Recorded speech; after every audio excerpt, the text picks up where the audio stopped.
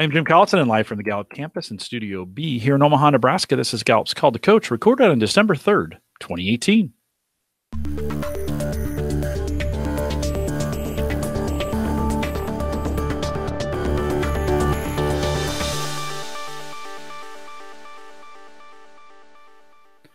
This BP10 edition of Called to Coach is a resource for those Gallup-trained BP10 coaches and educators who want to help others identify and develop their entrepreneurial talents. We have Gallup experts and independent BP10 coaches share tactics, insights, and strategies to help others maximize the talent of individuals, teams, and organizations around the world. If you're listening to the recorded version of this and have any questions, if you'd like to send those to us, you can send those questions to us.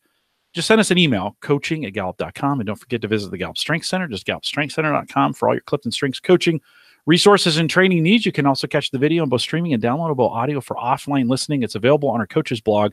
It's all available, coaching.gallup.com. Todd Johnson is our host today. Todd is Gallup's channel leader for entrepreneurship and job creation here at Gallup. Todd, always great to see you, and welcome to a special Call to Coach. Yes. Good morning, Jim. Thanks. This was a very exciting morning. We have promised the coaches in the past that we would find world preeminent role models for the roles. And we've got a great series on the 10 dimensions of building, and those are out on the blog. But we, as we brought roles into the conversation, again, it's pretty exciting because we promised we'd do it, and we have. And the interview you're about to watch is with Vint Cerf, who many of you have probably heard of, and you've certainly been a benefit from his expertise. He's well known. He's a very humble man, but he's well known as being the father, if not the co-founder, but the father of the internet. He is a senior scientist at Gallup. He's a great friend to Jim and Phil and Jim and many of us here at Gallup, but also to this mission of building. And we asked him some hard questions, and he provides some incredible insights into the role of being an expert. And again, in such a noble and humble way, he shows the importance of partnership. He's received accolades from all over the world, not just the United States, for the critical role he played in what we call the internet. Couldn't be more excited to share the interview we conducted with, again, a good friend to many, to an incredible expert. We talk about the roles in the book, and he brings it to life in this next Call to Coach. So I think you all will enjoy it, and hopefully be looking forward to, of course, our focus on the Rainmaker and the Conductor, all three of which are critical. But Vint Cerf's pretty much an expert, and I think after you watch this, you'll understand why both Jim Collison and I and others are excited about our relationship with Vint Cerf. Todd, let's cut to that interview now.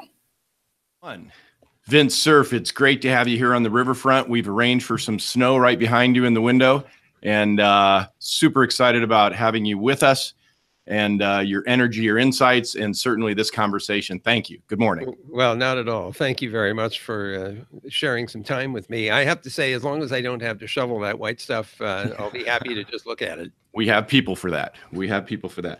What I thought I might start with is, I know you've probably looked at the Born to Build book repeatedly, being it on your kitchen table and coffee table, but I thought I might read a couple excerpts and then get your responses, or what speaks to you, or just your reflections. Sounds like a great idea. Let's try. I'll read very briefly. I'm not going to read it all, but as an expert, you primarily focus on development of product and research for your ventures.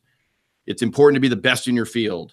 Whatever you invent, sometimes new or improving on a product or service through several iterations, you focus on finding solutions to the issues your customers face. You're highly independent. You constantly push beyond current thinking, never accepting the status quo, and always reimagining new possibilities. You're not simply a dreamer, but a discerning and sophisticated thinker. With your endless persistence and unbridled determination, quitting is just not an option. You fully dedicate yourself to improving a product or service. I appreciate this part. You're also part artist and part scientist, and comfortable working at the intersection of both. Operating a business does not necessarily interest you, so you're happy to delegate the mundane task of business management to others. Did we get any of that there, Vint? I think so. I mean, first of all, if you are saying this is what an expert is, I think that's a pretty good way of capturing what experts are, who they are, and how they think. I would add one small bit of flavor to that summary, and that is that maybe this isn't necessarily experts, but it is people that make things happen. They're Okay. always just a little discontented with the status quo, Oh. and maybe even a lot discontented with the status quo. And it is this discontent which basically drives innovation. Okay. Why would you bother to invent if you were satisfied with the way things are? And so I'm always looking for people that are just a little bit dissatisfied. I don't want grumpy people, but I'm looking for people that want to make things different and better. So experts are also really good at, the best ones anyway, are really good at thinking differently than others do about solutions to problems. So instead of thinking in conventional terms, I just read something this morning, literally on the plane coming out, about a new design for concrete, Mm. which captures CO2 Mm. instead of generating it, which is what concrete production has done in the past. You literally consume the CO2 and you make the bricks into rock, literally into limestone.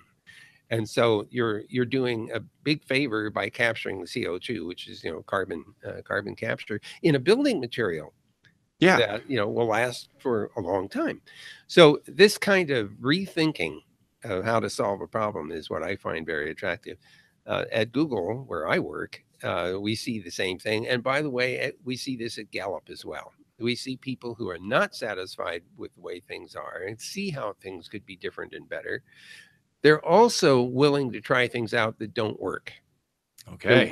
They're willing to fail. And what's very important, I think, is to create an environment where it's okay to fail. You want somebody to fail all the time, but No. the idea here is that you want to give people the freedom to take risk. I love it. And I want to just draw upon something, all those important things you said. Disruption isn't just high tech. You just gave a great example of a concrete application. So literally, damn it. yes. Okay. Yes, It doesn't just have right. to plug in to be disruptive. I'm That's looking correct. at some of your data from our BP10, and you're kind of off the chart on what we call disruptive thinking, not accepting the status quo. You're very high on a lot of them, but thank you for that. Going way back, maybe even back to New Haven, Connecticut, were there times in your childhood, in your schooling, it can be high school up through UCLA or Stanford, when you had moments of disruptive thinking and sought knowledge and maybe had an intervention? Can you talk a little bit about that? I can think of a few examples where it might qualify as that. They weren't earth-shaking necessarily, but they were significant to me. When I was in the 5th grade, I was 10 years old, and I complained to the teacher that the arithmetic of the time was really boring. I mean, addition, multiplication. I said, there must be something else. And the teacher said, yes, there is, and handed me a 7th grade algebra book. Which I went off and I solved all the problems in the algebra book over the summer and had a wonderful time doing it. Loved the word problems because it was like little mysteries, like what's X? Oh, And yeah. the other part that really turned me on was you could take a word problem and turn it into a symbolic expression that you could then manipulate by the rules of algebra in order to solve the problem. I thought that was magic. So that turned me on. Then about the same time, I managed to get a chemistry set from the Gilbert Company. And back then, this is 1953, they gave you some really great chemicals. I mean, potassium permanganate, which is hypergolic when you mix it with glycerin. Powdered magnesium. We made thermite grenades. I mean, all kinds of wonderful things. We even my best friend and I made nitroglycerin, which was really stupid. I mean, Okay.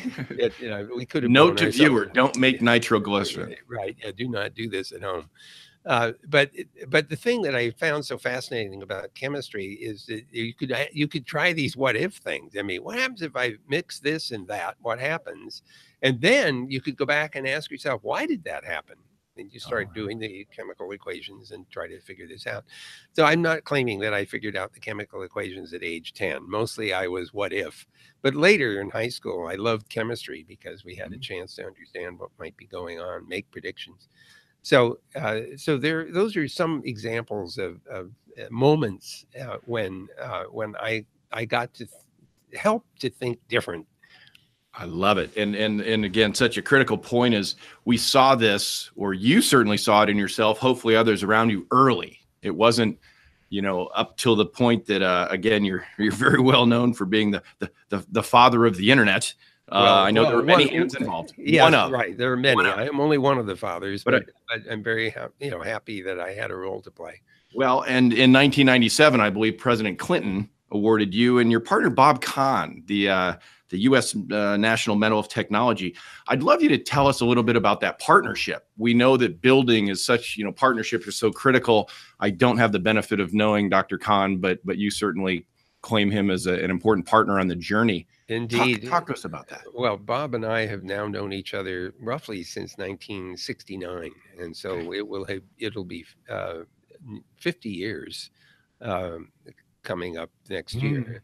And we've worked off and on together, sometimes very closely and very intensely, and sometimes less so. When you do things like the internet, for me anyway, this is not a solitary kind of invention. This is a struggling together to explore the problem. I mean, the thing that I love the most is working with someone, is to be standing in front of a whiteboard, sketching ideas and arguing over, how they should go or how to analyze them. And we sometimes get into knockdown, drag out, debates. And we eventually discovered very early in our relationship that when we found ourselves at odds, that it probably meant that we had different models in our heads about what it was we were talking about. And so we would stop now whenever we get into that situation. Say, well, okay, wait a minute. What is the model you're using to reason about this? And if the models are different, then we would adjust to get the same model. Then we would have our argument, but it would be a more productive argument. So this partnership is illustrative of something that Walter Isaacson wrote about in his book, The Inventors, or The Innovators, where he described the power of partnership. And I really think that he's hit on something very, very valuable there. That's such an important point, and something we try to flesh so deeply here at Gallup in the power of complementary and talent diversity. Over your incredible journey, can you think about, we've identified the 3 key alpha roles. We're focusing on your expertise and you being an expert, of course. You have parts and pieces, of course, of all 3. The rainmaker, the conductor, the scaler, the manager. So have there been any rainmakers or conductors on your journey that stand out and you can share some insights? Well, I mean, Bob Kahn fits into several categories because he ran the Information Processing Techniques Office after joining ARPA. And then he has run the Corporation for National Research Initiatives for 30 years now, since 1986. So if anybody who's a rainmaker, Bob, in addition to being an expert and a conductor. I guess it's okay for some people to fill all 3 roles, now that I think about it. Okay. I wouldn't put myself in that category, but Bob certainly is. So let me give you another example of a person I think of as a real rainmaker. His name is Bob Harcharik, and he was the guy that hired me at MCI the first time to build a system called MCI Mail. And he called it the digital post office. And it was this incredible vision of a different way of moving information around in digital form. And the thing which was particularly compelling about Bob and his vision was that after he finished describing what this thing was to a small group of us who were supposed to figure out how to build it, he said, to do the impossible, first you have to believe it isn't. And that has always stuck with me. And, Wow. and we managed to build that system in literally 9 months, from the beginning of 1983 to September 27, 1983, when we launched that service. But for the ability to envision this whole thing as a product, and then to create incentive for all of the engineers and the contractors we had working on this to press on at a very high pace. It takes somebody with a great deal of enthusiasm for this and an ability to express his expectations. Okay. And that just gets to such an important part of this conversation. And you know what, we're embarking on a journey to empower coaches and mentors to be more impactful. Obviously, through the strengths movement, both Clifton Strengths and Builder Talents. You know, what advice would you have for some of the younger builders, the younger experts and disruptors in pursuit of both their journey to build and disrupt, but also in pursuit of a mentor and coach? What should they look for and what shouldn't they look for? Might be another question. So that's a really good question. I think the first thing I would have to say to all of these folks is don't think you know everything, because you don't. And the older you get and the more experience you have, the more you will realize how little you may know. And so don't be afraid to find people who know more than you do. Okay. And don't be afraid to ask questions. There are no stupid questions. There might be stupid answers, but there are no stupid questions. I've got a few stupid questions here, but I'll save those for the unedited version. Fair enough. The second thing I would say is that you should always remember that just because somebody's been around for a while, they don't necessarily have, let me say, the best view of the future. Wow. And so, you know, just because you've lived through something doesn't necessarily mean you can make good predictions. And the reason I can say this is that my experience at Google was surrounded by people who are generally younger than I am, sometimes by a significant margin. They've come to me from time to time saying, why don't we do X, you know, for some value of X? And I'll think, oh, we tried that 25 years ago and it didn't work. And then I have to remind myself that there was a reason why it didn't work, and those reasons may no longer be valid. And so the willingness to rethink positions, as opposed to saying, tried that, been there, done that, not worth it, is wrong. Wow. And so be careful who you ask advice from. Okay. Now, so this cuts both ways. And the other side of the coin is people with experience may know a lot more than you do. Okay. And they may very well have something useful to say. But it's your job to figure that out. Your job is to take that input and try to decide, you know, whether you want to follow this or not. And if you decide not to, you should have some good reasons for it. Yeah. And to build it based on kind of who you are and how you're wired to the world, because I've seen so many well-intentioned mentoring programs that are all about my journey, you know, my experiences, my process. Well, the chances of you aligning perfectly with your mentee, right? Or hopefully you're validating that. I said that on a couple different webinars. It's pretty rare that two of us are going to be wired the same. That's correct. And also, you know, the time frame of the experiences that, you know, that you're trying to bring together in this relationship may be such that the mentor could turn out not to be able to give you the advice that you need. Okay. So the guys, oh, sorry. Well, no, I'm just going to say that means that the recipient needs to be thoughtful about the information to take on board. And by the same token, the mentor shouldn't get too overly fond of his or her advice. Okay. And if you're a mentor, you need to listen to the mentee and discover when your advice may actually be inappropriate because it's no longer accurate or no longer valid. So the guys that were coaching around fire might be different than the guys coaching around AI. Is that how a layman like myself can understand it? That's certainly one way to put it. Yeah. Okay. Let's AI is such an exciting and hot topic. And should we be excited or nervous, or are we totally in the dark, or all the above? Can you just, I think you're probably closer with all of the above. There is a great deal of excitement about things that are labeled AI right now. In fact, maybe too many things are labeled AI. There is another term, machine learning, which is a term we often prefer at Google because that's most of what's going on right now. Most of what's causing all the excitement is a specific kind of artificial intelligence called machine learning, which was out of favor for quite a long time until some new hardware ideas came along that allowed us to build what are called multi-layer neural networks. Right. And the layers got very deep, 100, 200, 500 layers deep. The earliest work in neural networks was 1 layer deep. And it didn't do very much. And I remember Minsky and Papert, who were at MIT at the time, wrote a book called Perceptrons, in which they showed that this 1 layer deep neural network did not do very much of interest. And it sort of killed the field for a decade or so. Okay. But in the recent past 10 years, at least, this field has been opened up dramatically by the ability to build these extremely deep multi-layer networks and to construct different interfaces between the layers to perform different kinds of calculations.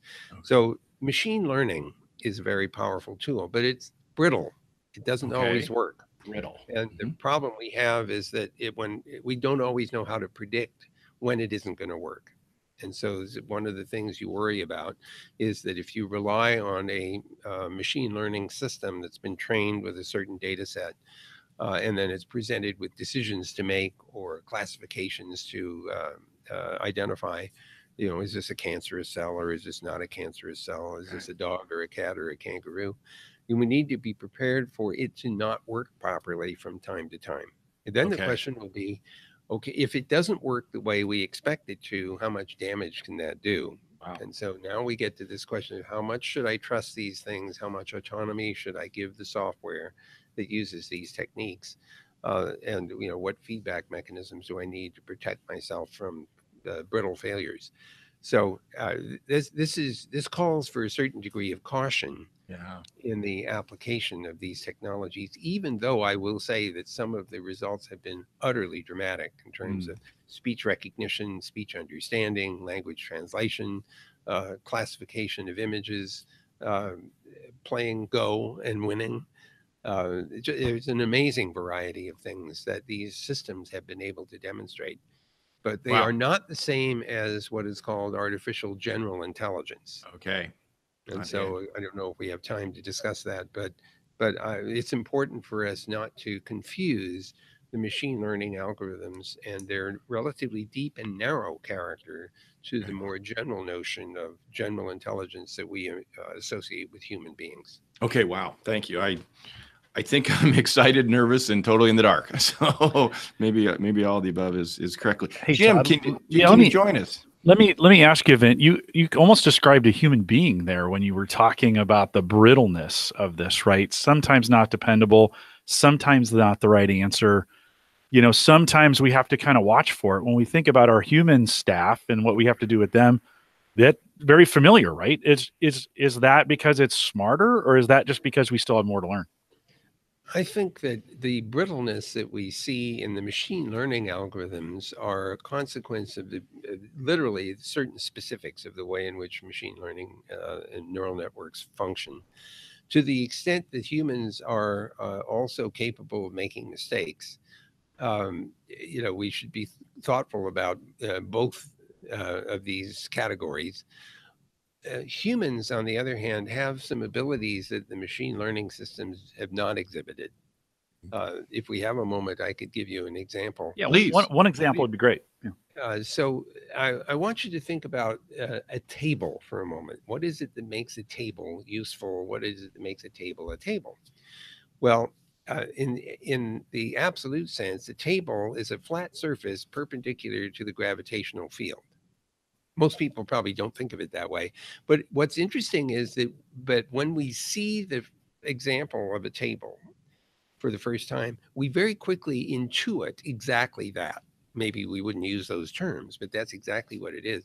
And that means that it will support anything that has a flat surface. So you could put something down on a table and it will be held up against the gravitational field. Once you understand that basic principle, then you realize lots and lots of other things can be tables. Your laptop can be a table. A chair can be a table, a box can be a table. And it's amazing how quickly human beings go from the specific example, a typical table like the one I'm sitting in front of right now, to all the generalization of the notion of table. Wow. It is very rare to find any kind of machine learning system that has that ability to generalize. So that's the difference between artificial general intelligence, the ability to build models and to reason about them, to extract and abstract from the specific to the general. That's not exactly what machine learning does. Although machine learning tools and neural networks do take large quantities of information and look for patterns that allow that allows these algorithms, for example, to categorize different things, like is this a cancer cell or not. So there is a kind of abstraction going on, taking large amounts of data and then using that data to decide, between different categories. So but it's a very, very specific and narrow kind of application in most cases. Vint, as we hear you talk, there's no doubt your expertness. I mean, you just gave us a 5-minute primer on artificial intelligence, and so we see that. I think it's easy sometimes to in the expert role to highlight those successes. What about the failures? You mentioned early on, like fail early and fail often. You didn't say it that way, but you need to pivot from those failures. Can you think of a key critical failure that you were able to pivot on and turn that into something successful? Absolutely. The beginnings of the basic internet protocols, for example, the transmission control protocol, we went through 4 iterations of that design. And the first implementation that we did, we got the spec all done. And then a guy from Bolt, Beranek, and Newman ran and implemented it. And he decided to use it to drive a printer. So the idea was there was a program in the computer. It was sending the things to be printed to the printer driver program using the TCP protocols across the net. So that was his application. And we had a retransmission protocol in case anything got lost between the source of the file to be printed and the destination. And it turned out that the retransmissions were misunderstood as new data, and so we were printing the same pages over and over again. So we had messed up the proper handling of retransmitted data that was received in duplicate. And so we had to redesign that part of the protocol. It was eventually called the 3-way handshake. It involved initial sequence numbers. So we're dropping into lingo here. But the important point was that we thought we'd understood how to make this work. And then in a real application, it failed, very vividly. And so we said, oh, okay, well, we clearly got that wrong. There were a number of things like that drove us through 4 iterations of the protocol. And I think this is probably the most important part of invention, and that is that you never get it right the first time. You have to be prepared to try things out in as real a world as possible in order to uncover logic mistakes that you might have made or assumptions that you might have made that turn out not to hold. Beautiful. I hear, and I'm sure our listeners do, the talents of determination and confidence, and we looked for the term grit, but apparently that has been trademarked somewhere. So we pulled off the word grit. But boy, thank you for that. What are you excited about? What are you working on? What's the future hold for Vint Cerf, and what can you share with us that we should be excited about? Well, excited here could mean, scared too. I mean, there are 2 things that I'm quite worried about, actually. One of them is this class of devices that fall into what is called the Internet of Things. These are programmable devices that are networked, whose software we rely on, possibly handing autonomy over to that software, like the computer-controlled refrigerator or microwave oven or something else.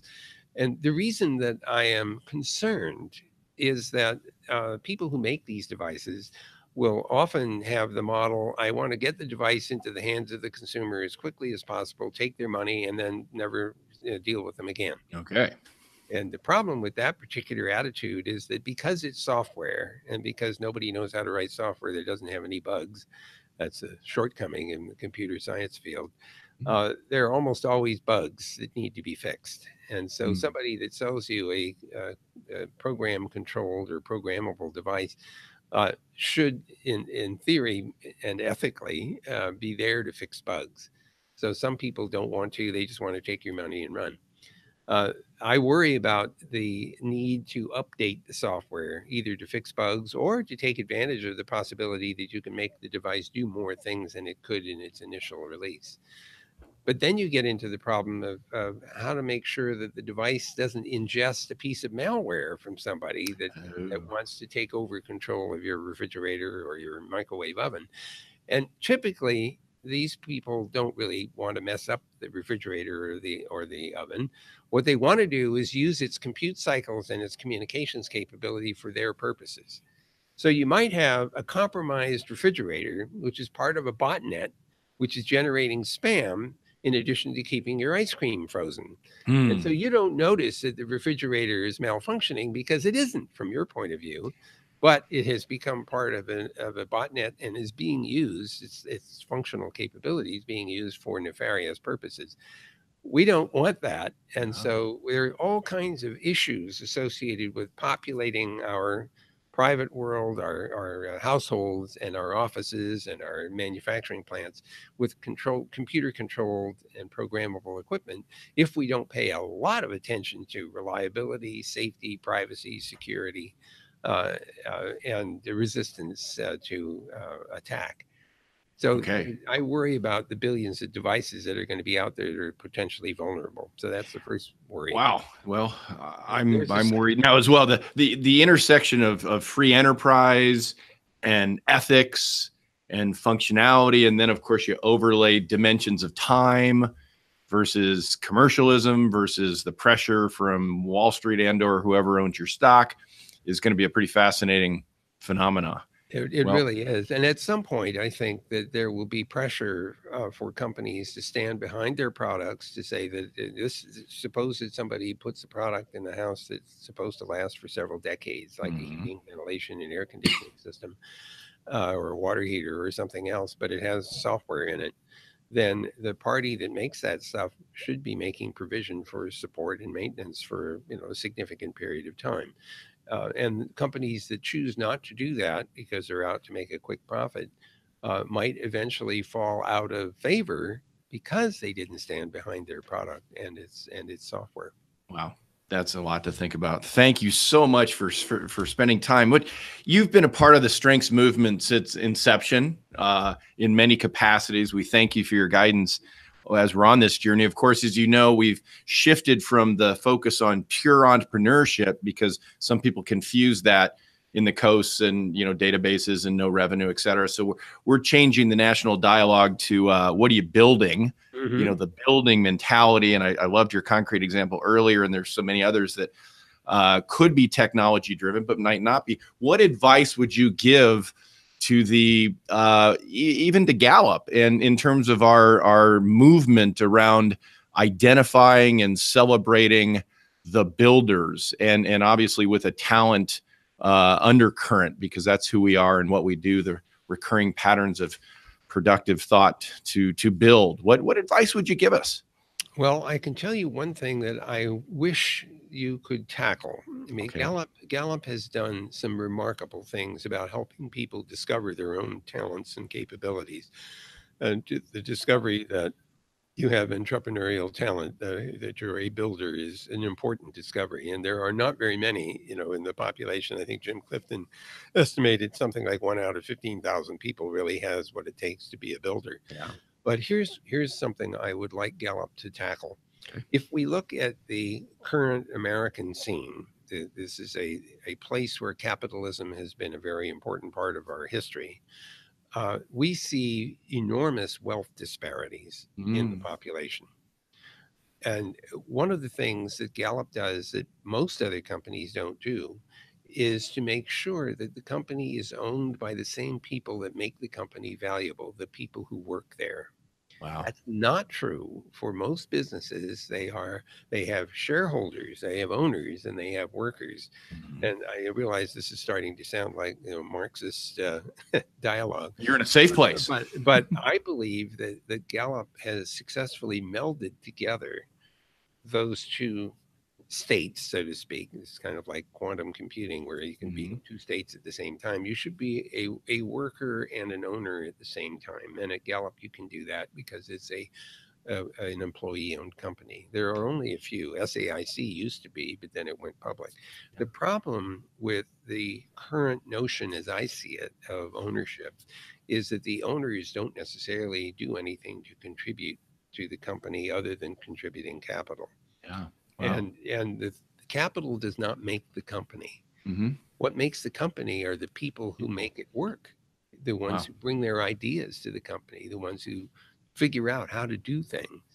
And so I think Gallup has a very important role to play to remind us that there need not be this disparity. Okay. Jim, we're on it. And I remember early on as a child, this isn't my show, but my father always said, invest in yourself and invest in your future. And there's been nothing more exciting than being an employee owner of a 100-year mission, where obviously our leader, Jim Clifton, has made decisions that maybe a quarterly analyst on Wall Street might turn an eyebrow on. And well, I've remembered Jim saying many times to both Jim Collison and I, well, we're in it for 500 years, so we'll see it play out.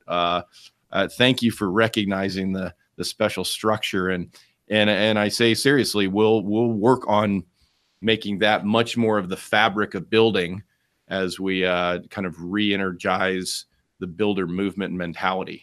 I think that what would be really beneficial for everyone is that if you characterize a successful builder as a builder who essentially allows the wealth of the company to be shared by the people that make the company valuable. Wonderful. Thank you. I once wrote a blog saying the E's in entrepreneurship don't have to be early exit. They can be enduring excellence. And I need to find that and maybe republish, because it was along those lines of sustainability for our country and our world. Thank you so much for being with us today and sharing your thoughts and your expertise.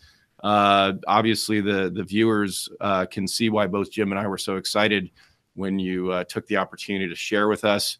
Experts are a critical component to the fabric of building, but also, as I think we discussed today, experts also need an occasional rainmaker or conductor to push it forward. That's absolutely true. Absolutely. Again, thank you so much. I again welcome you to the snowy tundra of Omaha, Nebraska, and look forward to your next visit. And certainly look forward to your upcoming book and all the things that you're doing for mankind. Vint Cerf, thank you so much. Thank you very much. I really enjoyed the chat. Remind everyone to take full advantages of all the resources we have available at the Gallup Strength Center. Just gallupstrengthcenter.com. Send us your questions or comments, especially on this video. We'd love to hear from you on it. Send that to us in an email, coaching@gallup.com. You can also catch the recorded audio and video of this program, as well as all the past ones that we've done. They're available for you off our coaches blog. Just head over to coaching.gallup.com. We want to thank you for joining us today. We've got plenty of these episodes available and some upcoming ones around the roles as well. We'll see you back here next time on Called to Coach. With that, we'll say goodbye, everybody.